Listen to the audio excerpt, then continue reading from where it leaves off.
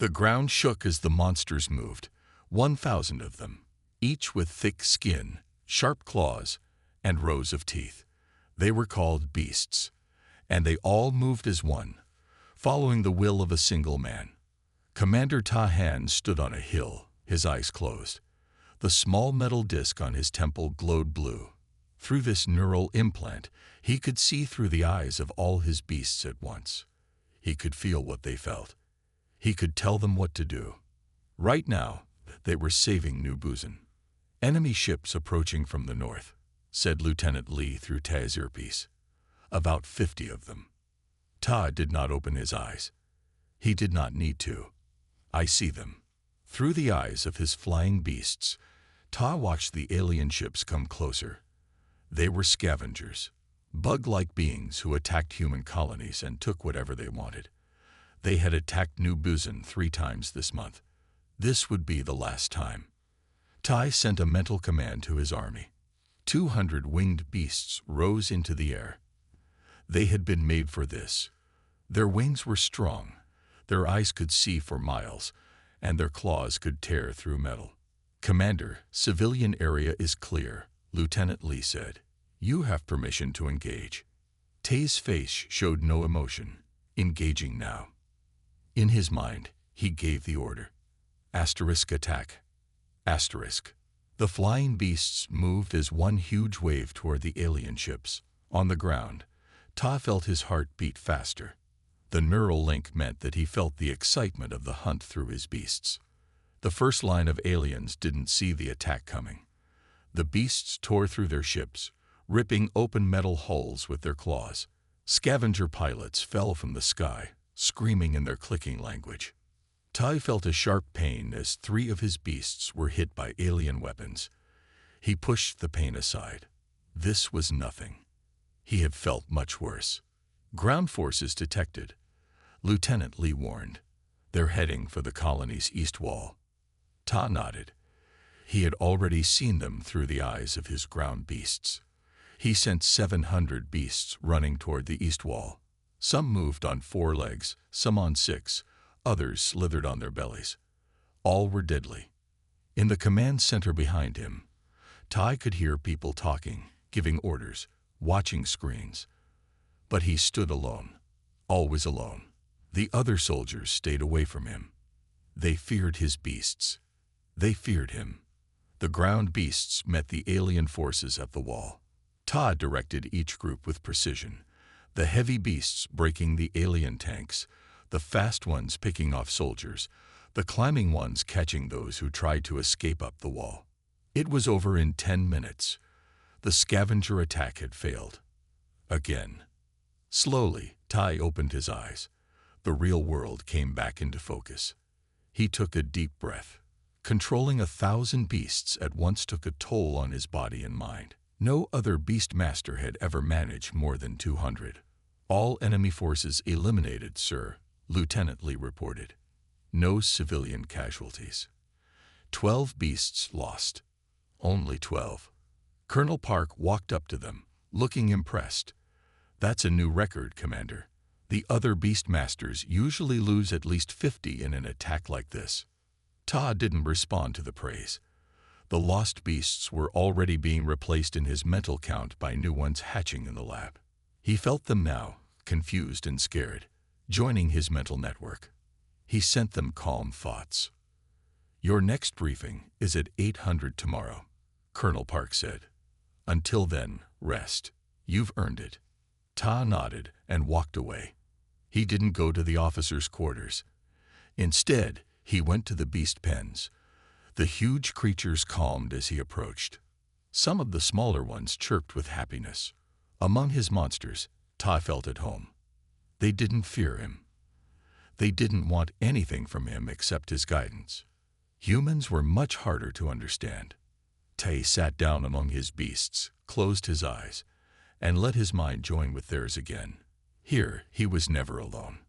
Here, everything made sense. He didn't know that tomorrow everything would change. Dr. Ju Min stepped off the transport ship and looked around. New Buzan was not what she had expected. The military base was huge, with tall walls and many buildings. But it was the sound that surprised her most, the low rumble of 1,000 beasts. She pulled her lab coat tighter around her shoulders. The air was cold here. Her breath made small clouds in front of her face. Dr. Ju. A young soldier walked up to her. "I'm Surgeon Choi. I'm here to take you to Colonel Park." Ju nodded and followed the surgeon. As they walked, she saw soldiers training in open fields. In another area, she saw beasts, huge creatures with scales, claws, and teeth, running through obstacle courses. The sight made her heart beat faster. She had studied beasts for years, but only from videos and reports. Now she would see them up close. "The colonel is waiting for you," Surgeon Choi said as they entered a large building. They walked down long hallways until they reached a door marked Command Center. Inside, Colonel Park sat at a large desk covered with screens and papers. He stood when Ju entered. "Dr. Ju, welcome to New Busan," he said. "Your reputation precedes you. The best xenobiologist in the Korean Interstellar Defense Force, they say." Ju smiled politely. "Thank you for having me, Colonel. I'm eager to begin my work." "Yes, about that." The colonel's smile faded. "Commander Ta doesn't know why you're here. He wasn't told about your research." Ju frowned. "But I need his cooperation. My orders came from Central Command. I'm here to study his neural connection to the beasts." "I understand," Colonel Park said. "But Tai is difficult.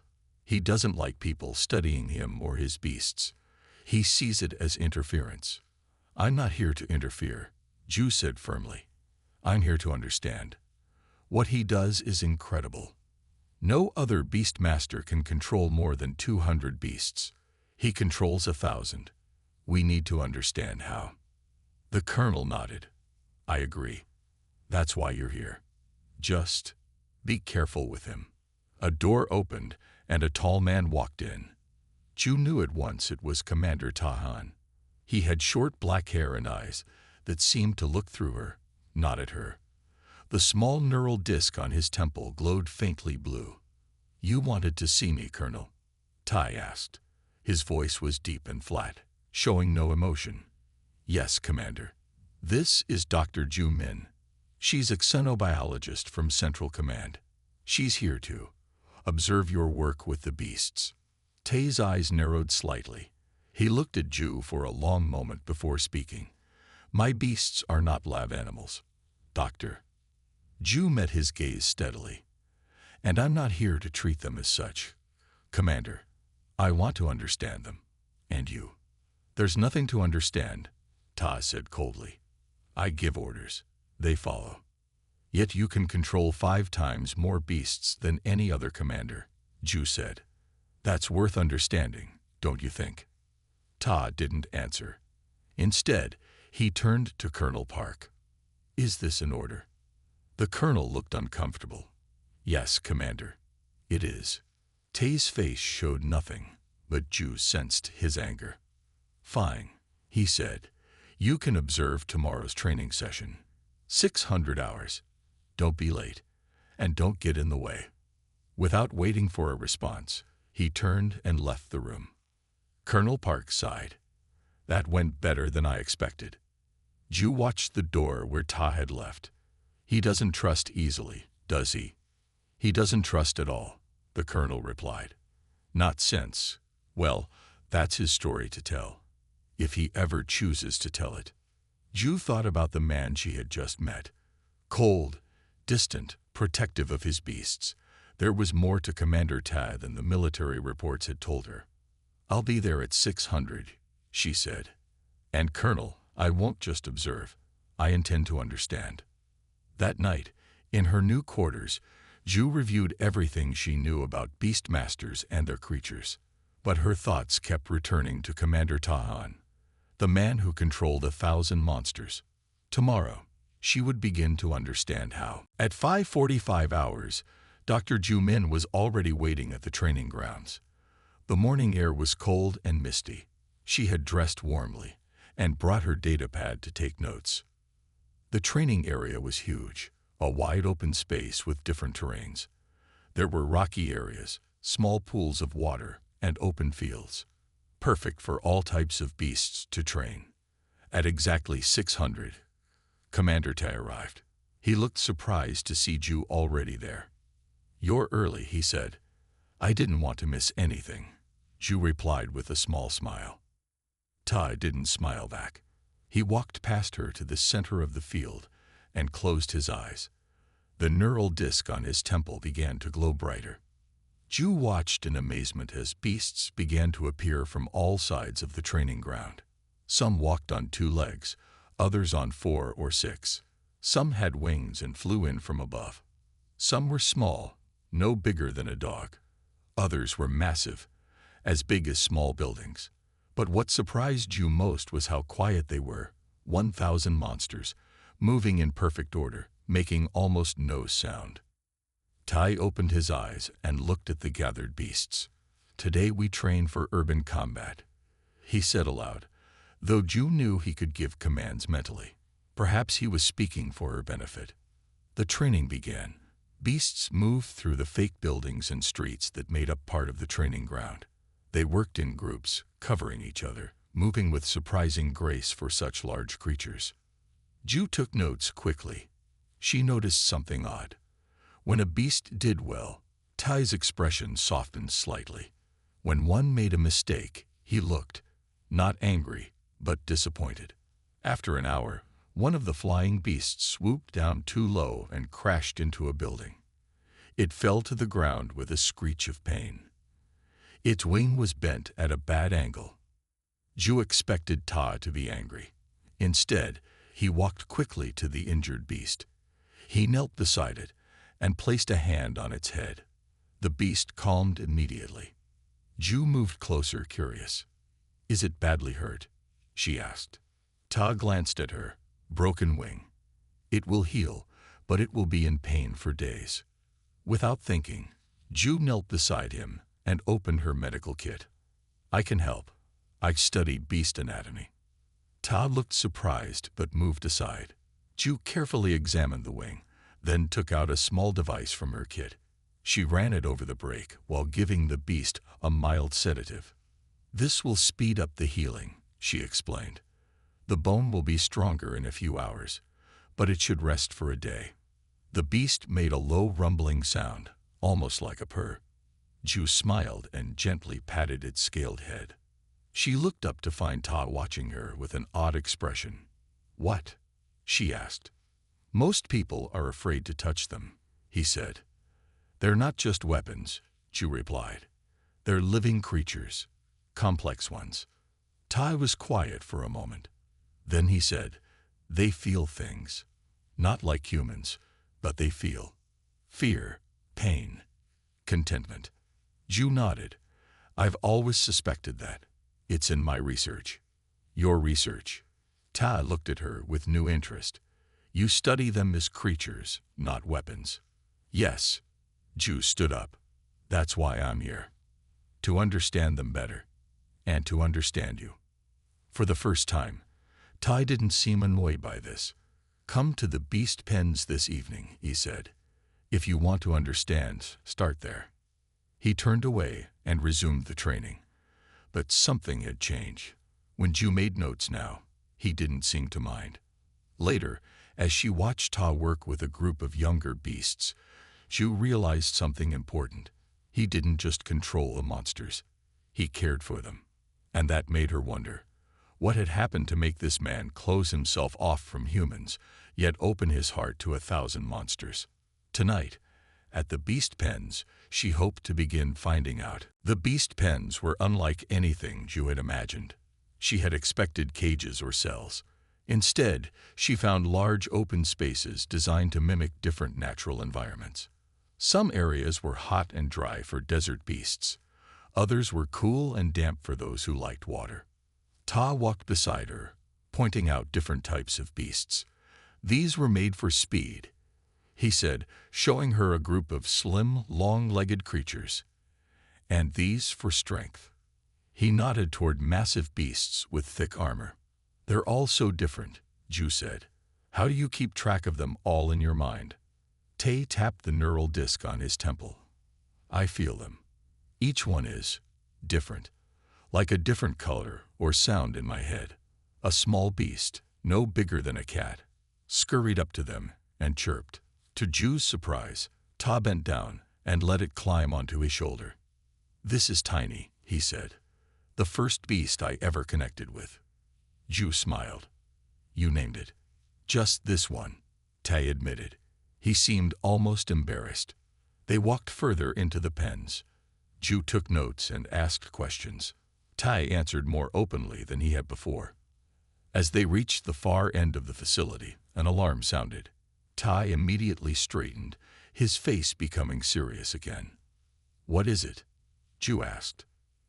"Emergency briefing," Ta said. "Something's happened."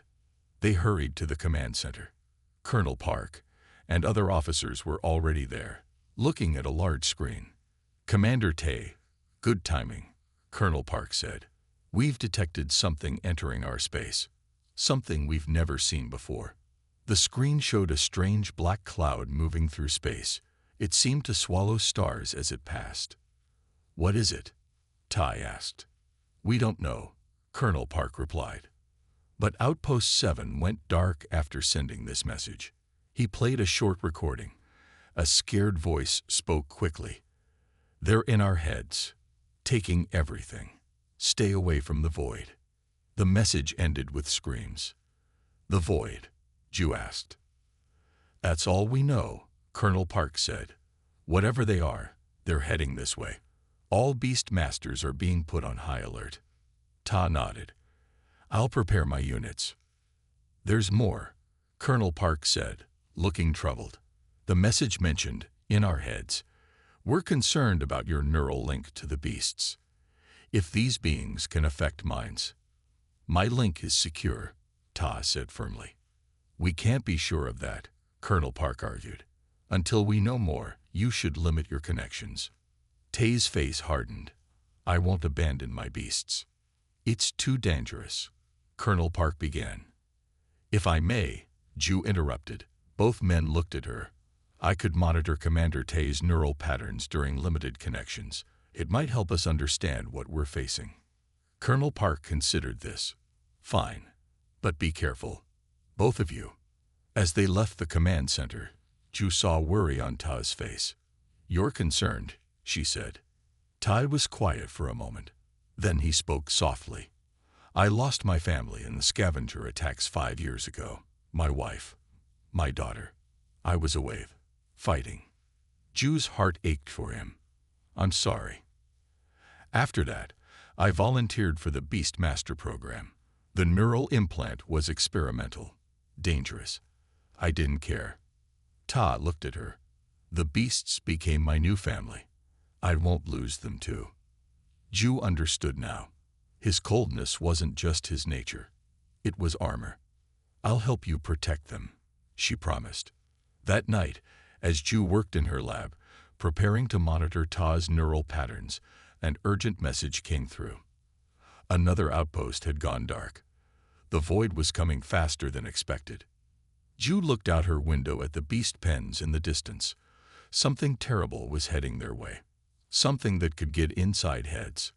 And Tai, with his 1,000 mental connections, might be the most vulnerable person of all. 3 days later, the alarm blared across New Buzan. The void had reached the outer defense station. Tai ran to the command center, where screens showed a black cloud moving toward them. It wasn't like any ship or creature they had seen before. It was like a piece of space itself had come alive. "All beast masters to your stations," Colonel Park ordered. "Commander Tay, prepare your units for space defense." Ta nodded. He turned to leave but stopped when he saw Ju entering the room. "I'm coming with you," she said. She held up a small device. "To monitor your neural patterns." "It's too dangerous," Ta said. "Those are my orders," Ju replied firmly. From Colonel Park himself. Ta looked at the colonel, who nodded. "Fine," Ta said. "Stay close to me." They hurried to the launch bay where Ta's command ship waited.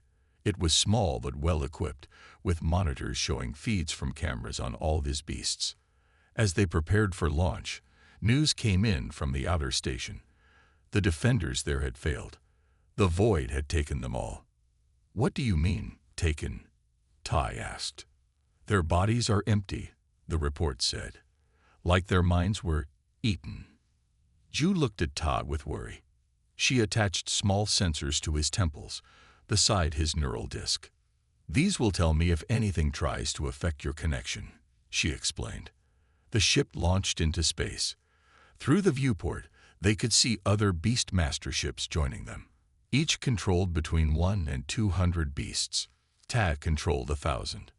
His flying beasts moved ahead, forming a protective wall around New Buzan. Ta closed his eyes, connecting with all of them at once. I see it, he said softly. The void. Through his beast's eyes, he watched the black cloud approach. It moved in strange ways, like it was both solid and not solid at the same time. First contact in 10 seconds, Lieutenant Lee reported from the ship's controls.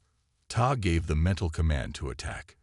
His flying beasts rushed forward, weapons ready. Then something strange happened. As the beasts touched the black cloud, Ta gasped in pain. What is it? Ju asked, checking her monitors. Something. In my head, Ta said through clenched teeth. Trying to get in. On the screens, they saw several beasts stop attacking.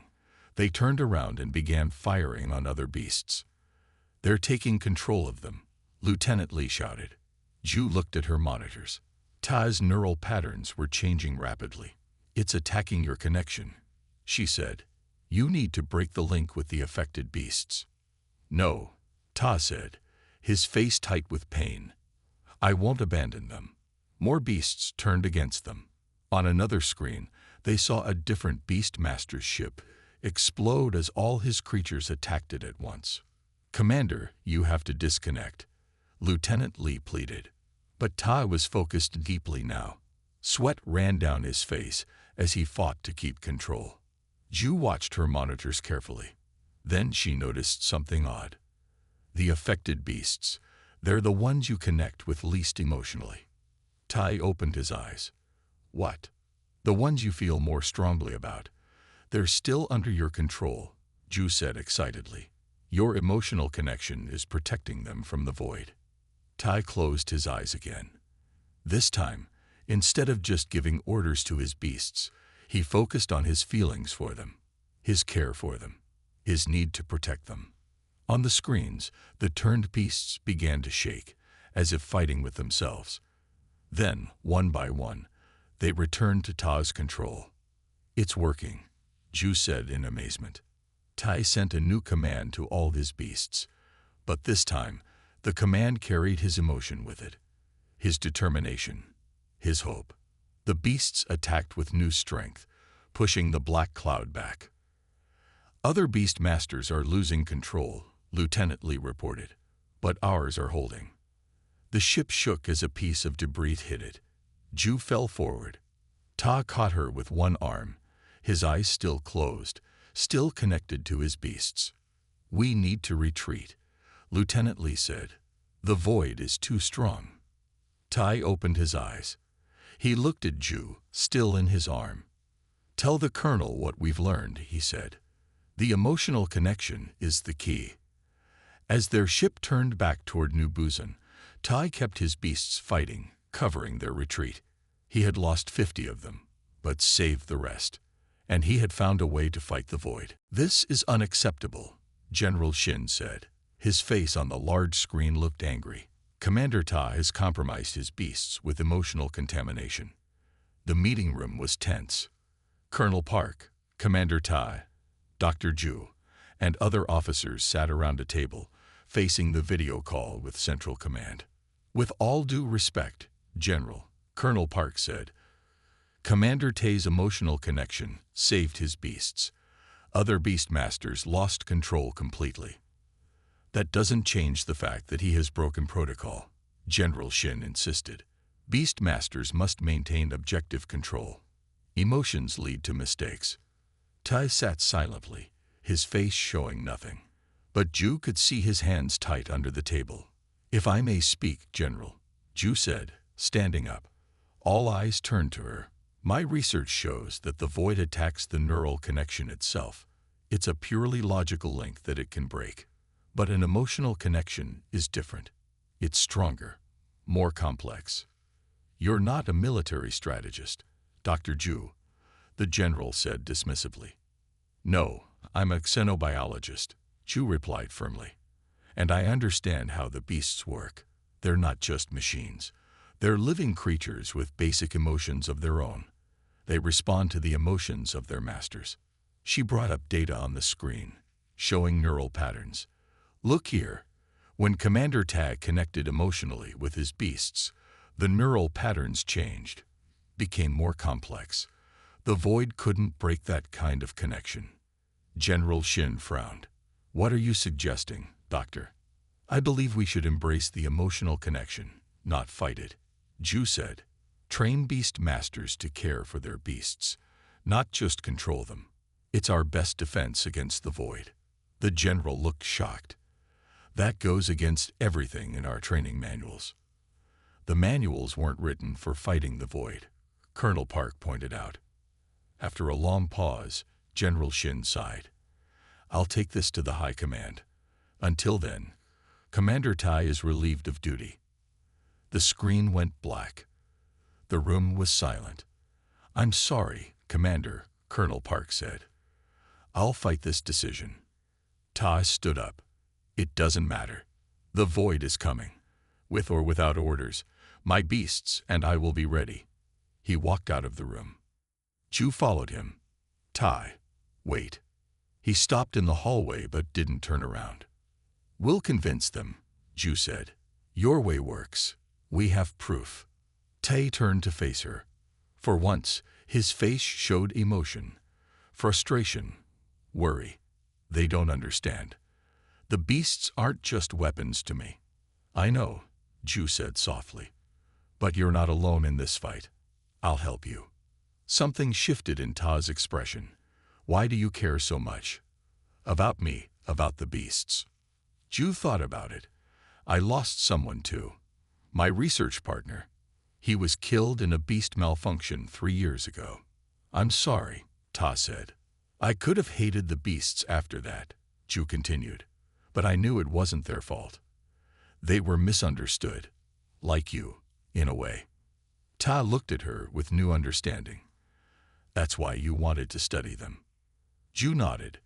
And then I met you. A man who controls 1,000 monsters but treats them with respect, with care. Ta stepped closer to her. Thank you for seeing what others don't. Later that day, 3 beast masters came to find Ta in the beast pens. We heard what happened, Master Kang said. He was older than Ta, with gray in his hair. We want to learn your method. My method? Ta asked. The emotional connection, Master Kang explained. We lost many beasts to the void. We don't want to lose more. Ta looked surprised. The general won't approve. We don't care, another beastmaster said. We care about our beasts. For the first time in years, Ta smiled. Then let me show you. That night, as Tai taught the other beastmasters how to connect emotionally with their beasts, Ju watched from a distance. She saw the change in him. The man who had closed himself off from humans was opening up again. The void was still coming. The danger was still great, but something important had changed. Tai had found his humanity again. A week passed. Every day, Tai trained with the other beastmasters. They learned to see their beasts as more than weapons. They gave them names. They spent time with them outside of training. Ju watched and recorded everything. She created new training methods based on what she saw. She called it symbiotic connection, a relationship where both beast and master benefited. The neural disc connects your minds, she explained to the beastmasters. But your hearts must connect too. One morning, as Tai worked with a group of young beasts, Colonel Park arrived with news. Central Command has reviewed Dr. Ju's research, he said. They're impressed with the results. Your new training methods are now official. What changed their minds? Tai asked. The void destroyed another colony yesterday, Colonel Park said grimly. Only the beast masters who used your emotional connection technique survived. General Shin couldn't argue with those results. Ta nodded. How much time do we have? 3 days, maybe 4, before the void reaches us. The colonel looked at the training field. Will you be ready? We will, Ta promised. Later that day, Ju set up a special training exercise. She wanted to test how strong the connection was between beast and master under stress. I'll be in this building, she explained to Ta. Your beasts have to find me and bring me out safely, without hurting me. It's too dangerous, Ta said. Some of the younger beasts are still learning control.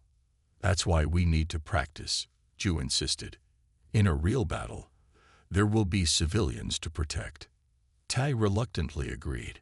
Ju went into the training building and hid on the 3rd floor. Tai sent 20 of his beasts in to find her. At first, everything went well. The beasts searched carefully, room by room. Ta kept close mental contact with each one. Then something went wrong. One of the younger beasts, a large creature with 4 arms and sharp claws, found Ju first. But instead of gently guiding her out, it became excited. It grabbed her too roughly, cutting her arm. The smell of blood triggered a hunting response. The beast's eyes changed. It no longer saw Ju as a friend, but as prey. Tai felt the change through his connection. Ju is in danger, he shouted. He closed his eyes and focused all his attention on the young beast. Asterisk, she is not prey. She is important. She is to be protected, asterisk. But the beast was confused, driven by instinct. It raised its claws again. In that moment, Tai felt something new, not just concern for his beast, but fear for Ju. He realized she had become important to him, very important. This new emotion flowed through his neural connection. The beast froze. It felt its master's feelings. Slowly, it lowered Ju to the ground and backed away. Tai ran into the building and up the stairs. He found Ju sitting on the floor, holding her bleeding arm. 5 beasts stood protectively around her, including the young one that had hurt her. Are you all right? Tai asked, kneeling beside her. I'm fine, Ju said with a smile. Just a scratch. But did you feel what happened? Ta nodded. The emotional connection saved you. Not just any emotion, Ju said, looking into his eyes. You care about me. Ta didn't deny it. Yes. That evening, as Dr. Kim treated Ju's arm in the medical bay, Ta visited. He brought Tiny, the small beast, who chirped happily at seeing Ju.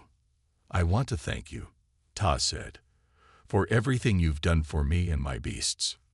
I was just doing my job, Ju replied. No, Ta said. You did much more. You helped me remember what it feels like to care about someone. Ju smiled. The void is still coming. We have a hard fight ahead. I know, Ta said, but we'll face it together. He reached out and took her hand. It felt strange to him. He hadn't held anyone's hand since his wife died. But it also felt right. Outside the window, they could see beast masters working with their beasts in new ways. The monsters moved differently now, not just with precision, but with loyalty, with connection. The evolution had begun, but would it be enough when the void came? The day came. The void arrived at New Busan. The black cloud filled the sky, blocking out the sun. Alarms rang across the colony. People rushed to shelters. Soldiers ran to their posts. In the command center, Colonel Park looked at the reports coming in. Our outer defenses are already falling, he said. The void is stronger than before. Ta stood in full battle gear. His neural disc glowed bright blue. Beside him, Ju checked her equipment one last time. All beast masters, report, Colonel Park ordered. Master Kane ready, with 180 beasts. Master Ba ready, with 150 beasts. Master Yun ready, with 200 beasts. Ta stepped forward. Commander Tai ready, with 950 beasts. Even now, after losing 50 beasts in the first battle, he still commanded almost 5 times more than any other master. "The plan is simple," Colonel Park said. "Keep the void away from the city center. Protect the civilians. Hold until reinforcements arrive. And if reinforcements don't come in time," someone asked. Colonel Park didn't answer. He didn't need to. Everyone knew this might be their last stand. "Beast masters, to your positions," he ordered. As Tai turned to leave, Ju caught his arm. "Be careful," she said. Tai looked at her. In the past weeks, she had changed him, opened his heart again. "You too," he said softly. Outside, the beasts waited. All kinds, all sizes, all ready to fight. Tai connected with them, feeling each one in his mind, but now he also felt them in his heart. They were not just weapons. They were his partners. The void descended. It came like black rain, touching buildings, streets, people. Wherever it touched, it left emptiness. The beast masters led their creatures into battle. Flying beasts attacked from above. Ground beasts formed defensive lines. But the void was everywhere. Tai directed his beasts with precision, born from years of training and the new emotional connection. They moved as one great force, protecting each other, protecting the humans. Through his neural link, Ta sensed the void trying to break his connection. It pushed into his mind, trying to take control.